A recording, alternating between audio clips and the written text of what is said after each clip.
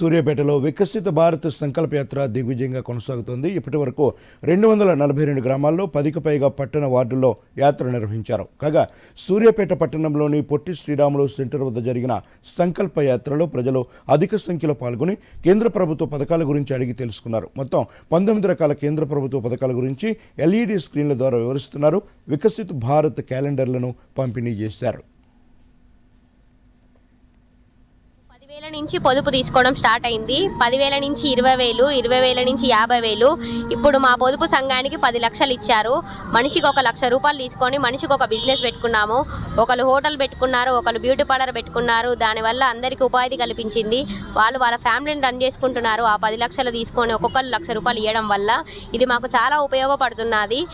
నేను food processing లోను ప్రధానమంత్రి యోజన కింద మెప్మా వారి సహకారంతో ఫుడ్ ప్రాసెసింగ్ లోన్ తీసుకున్నాను. ఆ లోన్ తోటి నేను బిజినెస్ చేసుకుంటూ డెవలప్ అయ్యాము. మా కుటుంబానికి చేదోడు వాదోడుగా ఉంటూ ఆర్థికంగా మా కుటుంబం పుంజుకోవడానికి ఈ లోను మాకు ఎంతో సహాయం అందింది. బిజినెస్ ఇప్పుడు ఇయర్లీ వచ్చి ఒక 5 నుంచి 10 lakhs turn over saris business చేస్తున్నా. నాకు సెల్ఫ్ ఎంప్లాయీగా నేను చాలా మంచిగా స్థిరపడ్డాను ఈ మహిళా పొదుపు సంఘాల ద్వారా.